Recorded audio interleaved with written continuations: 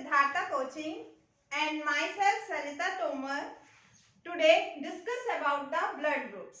आज हम इस क्लास में ब्लड ग्रुप्स के बारे में पढ़ेंगे जो कि एक बहुत ही इम्पोर्टेंट टॉपिक है और इस टॉपिक में से कई सारे क्वेश्चंस एग्जाम में पूछे जाते हैं, लेकिन इसमें बहुत ज़्यादा स्टूडेंट्स जो है वो कंफ्यूज होते हैं। तो आज हम एक इजी तरीके से इसे पढ़ने की कोशिश करते हैं जो हमें लॉन्ग लास्टिंग याद रहे, काफी टाइम तक हम इसे याद रख सके। Blood group was discovered by blood groups was discovered by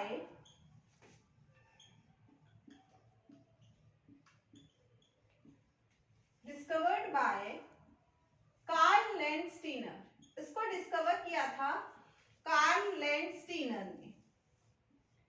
जितनी भी डिस्कवरीज होती हैं वो यूनिवर्सली एक्सेप्टेड होती हैं, यानी कि साइंस में एक ही जैसी हम कोई भी उस पर रिमार्किंग करते हैं तो वो वर्ल्ड वाइड एक जैसी ही हमेशा रहती है।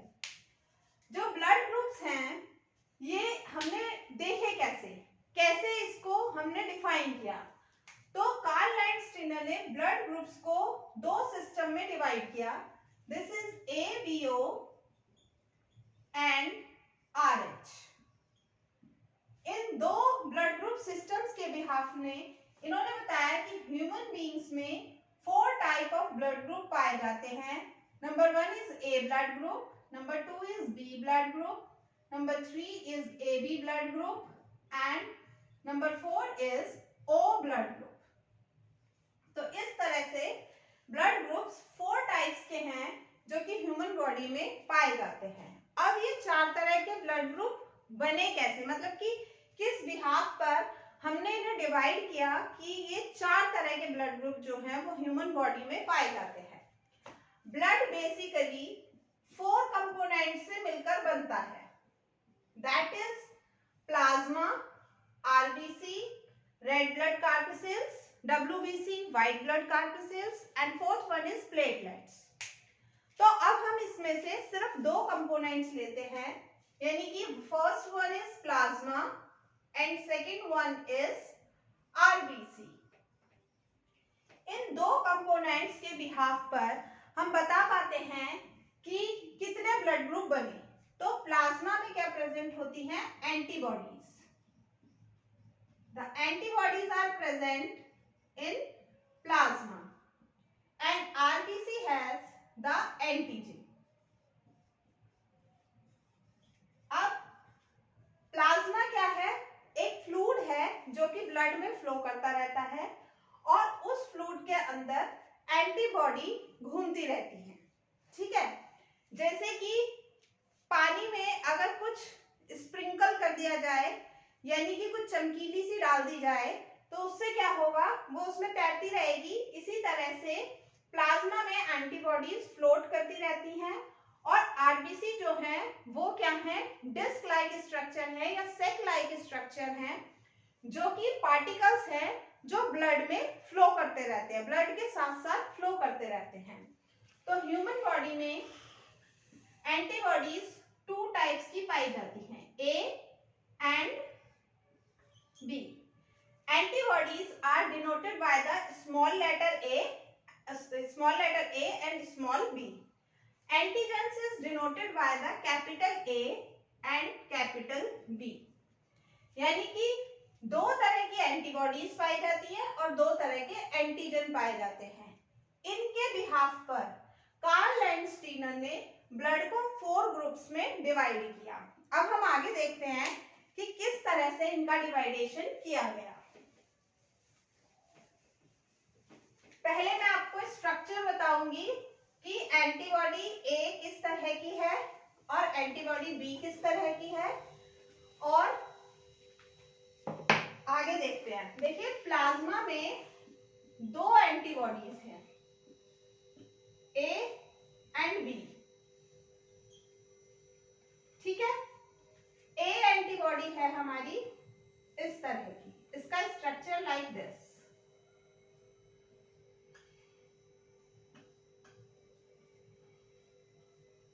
और B एंटीबॉडी जो है स्ट्रक्चर है like this, Y shaped.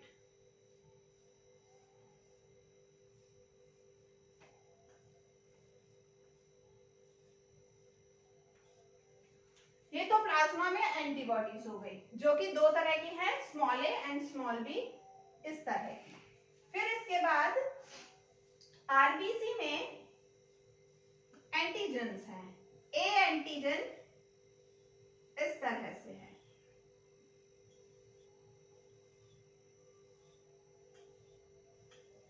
This is the A antigen. और बी एंटीजन है इस तरह से, this is A antigen and this is B antigen.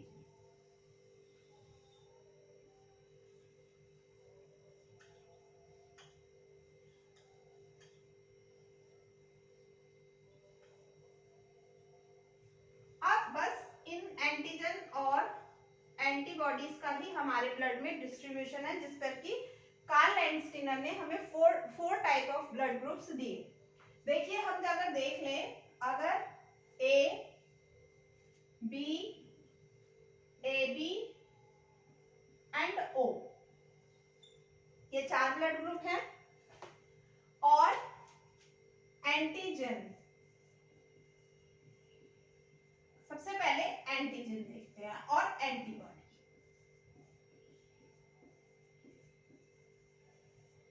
अब देखते हैं एंटीजन ए जो है, अब आप देखिए एंटीजन ए किस तरह का है, ये। तो यहाँ पर ब्लड ग्रुप ए में एंटीजन कैसा है, इस तरह का।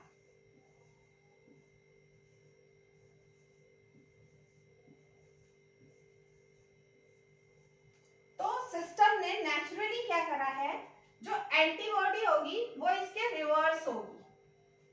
यानी कि अगर ए एंटीजन है तो उसमें एंटीबॉडी क्या होगी, बी। बी क्यों डाली नेचर ने, कि अगर देखो ये वाली होती, यहाँ पर भी सर्कुलर स्ट्रक्चर है और ये भी cup like sauce like structure है, तो ये इसके अंदर फंस जाएगा। और अगर ये फंस जाएगा तो फ्लोट नहीं हो पाएगा, वो वहीं पर रुक जाएगा, स्टिक हो जाएगा, ठीक है। इसीलिए नेचर ने क्या करा, जहां पर एंटीबॉडी ए है, एंटीजन ए है, वहां पर एंटीबॉडी क्या हो गई, बी। अब बी का स्ट्रक्चर क्या है, डिफरेंट है, तो ये इसके अंदर फिक्स नहीं होगा, तो एंटीजन भी अलग रहेगा और एंटीबॉडी भी अलग रहेगी और इजीली फ्लो होता रहेगा। तो ये बात मेरी समझ आ गई होगी सबको कि क्यों यहाँ पर ये ऑटोमेटिकली नेचुरली होता है कि अगर एंटीजन ए है तो एंटीबॉडी कैसी हो जाएगी, बी। सॉरी, स्मॉल लेटर से। ओके, अब बी में क्या है, बी वाला एंटीजन। अब हम यहाँ पर ड्रॉ करेंगे बी एंटीजन। बी एंटीजन इस तरह का है, तो जब एंटीजन बी है तो एंटीबॉडी कौन सी होगी, ए। ये नेचुरल है, मतलब कि ऑटोमेटिकली ऐसा होता है। अब क्या है, यहां पर एंटीबॉडी कैसी हो जाएगी, बी टाइप। तो ये आपस में बॉन्डिंग नहीं कर पाएगा, बॉन्डिंग नहीं करेगा तो इजीली फ्लो करता रहेगा। This is B type of antibody. अब ए बी में क्या होगा, ये दोनों तरह की एंटीजन प्रेजेंट हैं। बी में क्या है, दोनों तरह के एंटीजन्स प्रेजेंट हैं ए बी में।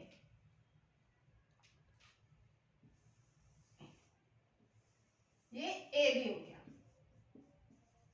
ए बी में both type of antigens are present, यानी कि ए बी और बी बी। तो अब क्या होगा कि यहां पर ऑटोमेटिकली कोई सी भी एंटीबॉडी प्रेजेंट नहीं है, यानी कि नो एंटीबॉडी। अब कोई एंटीबॉडी ही नहीं है तो easily it will flow, easily flow करता रहेगा। अब ओ ब्लड ग्रुप में अगर हम देखें तो क्या होगा, if we look at the O blood group, then this is A, B AB, then O. O में क्या है? There is no antigen is there. यहाँ पर कोई भी एंटीजन प्रेजेंट नहीं है. No antigen on the surface of RBC. ये क्या है बीच में मैं जो सर्कुलर बना रही हूँ, ये RBC है जिस पर कि ये एंटीजन लगे हुए होते हैं. On the surface of RBC antigens are present. अब यहाँ पर कोई एंटीजन नहीं है तो यानी कि naturally both type of antibodies are present. यानी कि यहाँ पर दोनों तरह की एंटीबॉडीज प्रेजेंट है. Y shape and sac-like shape. Both type of antibodies are present. तो अब यहाँ पर A and B. This is A and this is B. A and B both antibodies are present. तो अब समझ आ गया होगा कि इन चारों ब्लड ग्रुप में क्या डिफरेंस है, यानी कि एंटीजन और एंटीबॉडी की डिस्ट्रीब्यूशन किस तरह से है. तो इसी बिहाफ पर कार्ल लैंडस्टीनर ने हमें बोला कि ब्लड ग्रुप ह्यूमन बीइंग्स में 4 टाइप्स होते हैं, ए, बी, ए बी एंड ओ. ए में एंटीजन ए है, एंटीबॉडी बी है, और बी में एंटीजन बी है और एंटीबॉडी ए है, और ए बी में कोई भी एंटीबॉडी नहीं है, और ओ ब्लड ग्रुप में कोई भी एंटीजन नहीं है और दोनों टाइप की एंटीबॉडीज प्रेजेंट है. I think this is clear. I think this is. अब ब्लड ग्रुप्स के बाद एक ये तो कार्ल लैंडस्टीनर ने दिया था, फिर इस पर और भी मतलब खोज वो करते रहे. तो 2 साइंटिस्ट हुए, कार्ल लैंडस्टीनर एंड वीनर. इन दोनों ने फिर एक एंटीजन और बताया, स्टीनर एंड वीनर. इन्होंने क्या बताया कि एक और एंटीजन प्रेजेंट होता है. क्या किया? रीजस एंटीजन की डिस्कवरी हुई, रीजस एंटीजन के बारे में बताया. रीजस बेसिकली है क्या? It is a species of monkey. ये एक मंकी की स्पीशीज है जिसमें उन्होंने क्या करा, बंदर का ब्लड लिया. तो उन्होंने क्या देखा कि आरबीसी के सरफेस पर उन्हें उन 2 स्ट्रक्चर्स के अलावा ए और बी एंटीजन्स के अलावा एक और स्ट्रक्चर नजर आया, समथिंग डिफरेंट. तो अब इन्होंने क्या करा कि ये हमें ही नजर आ रहा है कुछ अलग या है कोई चीज अलग. तो इन्होंने क्या करा, बहुत सारे मंकी के ब्लड सैंपल्स लिए और उसमें देखा. तो किसी किसी के ब्लड में तो ये वाली चीज प्रेजेंट थी, जो एक डिफरेंट स्ट्रक्चर दिख रहा था, किसी किसी में प्रेजेंट नहीं थी. तो यानी कि जहां पर है वो हो गया पॉजिटिव और जहां पर नहीं है वो हो गया नेगेटिव. तो इस बिहाफ पर उन्होंने एक फैक्टर दिया, नेगेटिव पॉजिटिव RH फैक्टर, जिसे इन्होंने एक अलग एंटीजन बता दिया, दिस इज रीजस एंटीजन, और इसको डिनोट किया इन्होंने RH से, RH. तो उन्होंने क्या कहा कि जिसके भी ब्लड सैंपल में उन्हें रीजस एंटीजन मिला तो उसे बोल दिया RH पॉजिटिव, और जहां वो ये नहीं दिखा तो वो हो गया नेगेटिव. तो इस बिहाफ पर उन्होंने कहा कि 4 ब्लड ग्रुप्स हैं, लेकिन पॉजिटिव नेगेटिविटी के आधार पर अगर देखा जाए तो ये 8 तरह के हो गए. A positive, A negative, B positive, B negative, A B positive, A B negative, O negative and O positive. तो इस तरह से ये रीजस एंटीजन डिस्कवर किया गया.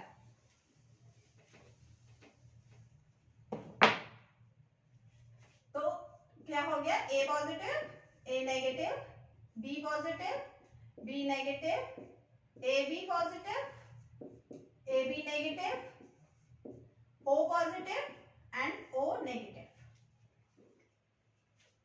अब इसके बाद क्या हुआ, अब बात करते हैं यूनिवर्सल डोनर और यूनिवर्सल रेसिपिएंट की. तो यूनिवर्सल डोनर जो है वो होता है O नेगेटिव, जो कि सबको डोनेट कर सकता है, और यूनिवर्सल रेसिपिएंट होता है AB पॉजिटिव। ये हमेशा ध्यान रखिएगा, डोनर जो है वो O नेगेटिव है और रेसिपिएंट AB पॉजिटिव है।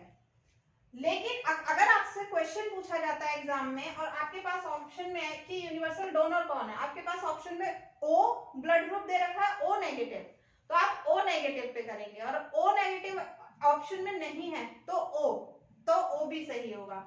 ऐसे ही रेसिपिएंट अगर पॉजिटिव दे रखा है AB पॉजिटिव, तो वहां पर हम मार्क करेंगे AB पॉजिटिव को। वैसे नॉर्मली हम बोल देते हैं कि O नेगेटिव जो है वो यूनिवर्सल, O जो है डोनर है और AB रेसिपिएंट है, लेकिन इसमें भी नेगेटिव पॉजिटिव का वो होता है कि जो पॉजिटिव वाला है वो सिर्फ पॉजिटिव को दे सकता है, लेकिन रेसिपिएंट यानी कि ये जो पॉजिटिव है ये ले सबसे सकता है, क्योंकि इसके पास दोनों तरह के एंटीबॉडीज और एंटीजेंस होते हैं। ठीक है, इसके बाद एक बीमारी होती है, बीमारी क्या प्रेग्नेंट वुमेन्स में होती है, जिसे हम बोलते हैं इराइथ्रोब्लास्टोसिस फीटस। इसमें क्या होता है, अगर मेल जो है वो पॉजिटिव है और फीमेल नेगेटिव है, तो only one baby can survive, another one can not survive. यानी कि फर्स्ट बेबी नॉर्मली सर्वाइव कर जाता है, बट सेकंड बेबी में सर्वाइव नहीं कर पाएगा। क्यों नहीं कर पाएगा, क्या होगा, जब डिलीवरी के टाइम पर क्या होगी, थ्रू द प्लासेंटा, यानी कि जो नाल जुड़ी रहती है बच्चे की और मदर की, जब वो रिमूव होती है, जब ड्यूरिंग द जब डिलीवरी होती है उस टाइम पर जब वो ब्रेक डाउन होती है, तो मदर के अंदर वो वाला ब्लड भी जा रहा है, तो उसके अगेंस्ट में एंटीबॉडीज बन गई, तो सेकंड टाइम जब कंसीविंग होगी तो वो एंटीबॉडीज उस फीटस को डैमेज कर देती हैं। तो इसमें सिर्फ फर्स्ट पॉसिबिलिटी में बेबी हो सकता है, सेकंड पॉसिबिलिटी में नहीं हो सकता था। ये बॉम्बे में सबसे पहले देखा गया था एक महिला के अंदर, लेकिन अब क्योंकि मेडिकल साइंस ने काफी तरक्की कर ली है, during the after the delivery of the baby mother को एक RH एंटीबॉडी का इंजेक्शन लगाया जाता है, जिससे कि मदर के अंदर उसके अगेंस्ट एंटीबॉडीज ना बने। तो जब नहीं बनेंगी तो सेकंड बेबी भी इजीली हो जाता है। Thanks for this.